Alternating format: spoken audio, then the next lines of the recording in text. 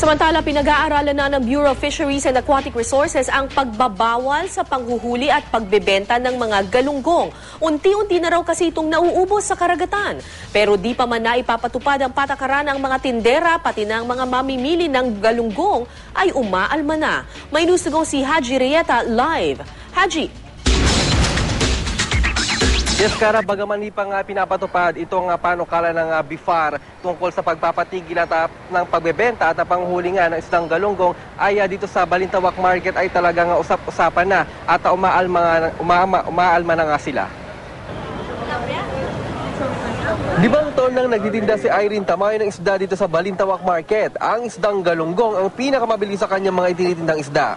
Pero posible na maapektuhan ang kanyang pagtitinda kung tuloy ang ipapatupad ang bagong kautusan ng Bureau of Fisheries and Aquatic Resources hinggil sa pagbabawal ng pagbebenta ng galunggong. Anong gagawin natin kung wala na nga talaga? Pero hanggat maaari nga sana, yan ang hanap buhay namin.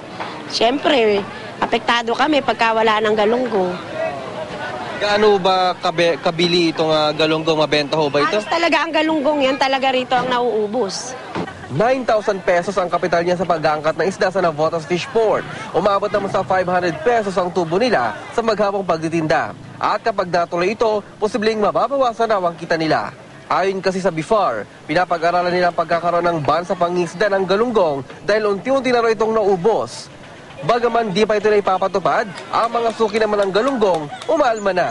Si Aling Feli Muscuso na may karinderya sa Project 8 Quezon City, isa raw sa binabalik-balikan ng kanyang mga suki ay ang tindang pritong galunggong. Wala raw magbenta ng galunggong. Ano ang bibili namin kung wala ng galunggong? Di bangus na lang. Para mas mahal yata ang bangus, paano yun? Bibilhin kahit mahal dahil wala nang makain eh. Huwag nilang iban kasi yan lang ang kaya ng mga mahihirap. Hindi kami nakakabili ng mga malalaking isda, mga lapo-lapon, ganyan. Ang kaya namin galunggong lang kasi mura ngayon yun eh. Nakasanayan na natin araw-araw. Oo, yun na, nakasanayan na. Sanay na kami araw-araw kahit galunggong okay na sa amin eh. Sa Balintawak Market, 80 pesos ang presyo ng 1 kilong galunggong na regular size. Ang malaking galunggong nasa 90 pesos ang 1 kilo. 60 pesos naman ang mga maliliit na galunggong.